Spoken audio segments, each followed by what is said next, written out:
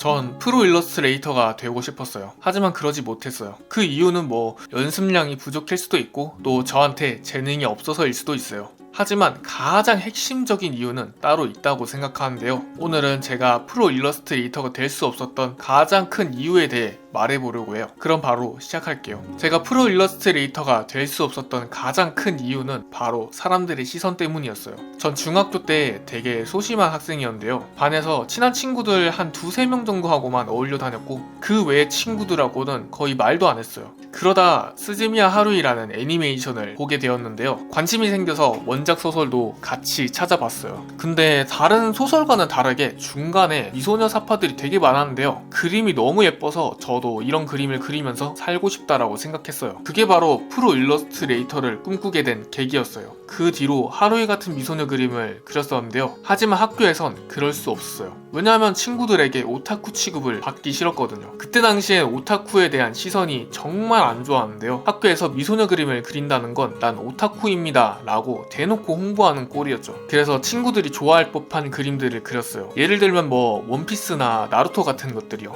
그런 그림을 그리니까 친구들이 절 이상하게 보지 않았고 오히려 저에게 약간의 관심을 주더라고요. 사람들이 이렇게 관심을 주니까 이런 그림을 그리는 게 맞구나 라는 생각을 하게 됐어요. 학교를 시작으로 해서 집과 학원에서도 친구들이 좋아할 법한 그림들을 그렸어요. 근데 신기한 건 제가 이런 그림을 그리니까 내가 진짜 소년 만화를 좋아하는구나 라는 착각에 빠졌어요. 실제로 유튜브를 시작하기 전까지만 해도 이런 생각을 가지고 있었어요. 근데 언제부턴가 그림을 그려도 뭔가 재미가 없더라고요. 그때부터 내가 진짜 그리고 싶은 게 뭘까 라는 고민을 하게 되었는데요. 그러던 도중에 미소녀 일러스트를 그리면서 직업으로 삼고 있는 사람들이 생각보다 많다는 걸 알게 됐어요. 이게 저한텐 꽤나 충격적이었어요. 왜냐면 전 여태까지 미소녀 일러스트는 사람들이 좋아하지 않는 그림이라고 생각했기 때문인데요. 하지만 그들은 미소녀 일러스트를 그리면서 사람들에게 사랑을 받고 있었어요. 시간이 갈수록 미소녀 일러스트를 그리는 사람들은 점점 더 늘어났어요. 그럴수록 전 그들을 질투했어요. 솔직히 그때 당시엔 왜 질투했는지 알 수 없었어요. 하지만 머지않아 알게 됐죠. 전 그들이 너무 부러웠어요. 제가 사람들의 시선 때문에 그리지 못했던 그림을 그들은 계속 그렸고 또 그걸로 직업까지 갖게 되었으니까요. 이 사실을 알게 되니까 현타가 진짜 세게 왔어요. 난 왜 사람들의 시선 따위를 신경 썼을까? 만약에 내가 중학교 때부터 미소녀 일러스트를 계속 그렸다면 나도 그들처럼 됐었을지도 모를 텐데. 전 인생을 후회하면서 살고 싶지 않았어요. 그래서 이제부터라도 사람들의 시선을 신경 쓰지 않기로 결심했어요. 저도 미소녀 일러스트를 그리면서 일러스트 집도 내고 또 외주도 받아서 일도 하고 싶었어요. 그때부터 유튜브도 하고 SNS에 그림도 올렸어요. 솔직히 이렇게 한다고 해서 당장 프로가 될 거라고는 생각하지 않아요. 오히려 프로가 되지 못할 수도 있죠. 하지만 사람들의 시선에 신경 쓰느라 아무것도 하지 않을 바엔 그냥 해보는 게 좋다고 생각했어요. 하지 않으면 100% 실패하지만 하면 100%로 실패하진 않으니까요. 이렇게 제가 프로 일러스트레이터가 되지 못한 이유에 대해 말해보았는데요. 전 사람들의 시선 때문에 제가 좋아하는 걸 잊어버릴 뻔했어요. 하지만 끝내 다시 찾아냈고 제가 진짜 하고 싶은 일을 향해 계속 나아가고 있어요. 만약 저와 같이 사람들의 시선 때문에 힘들어하시는 분들이 있다면 이 영상이 꼭 도움이 됐으면 좋겠습니다. 그럼 전 다음에 더 좋은 영상으로 찾아올게요. 재밌게 그립시다. 토드였습니다.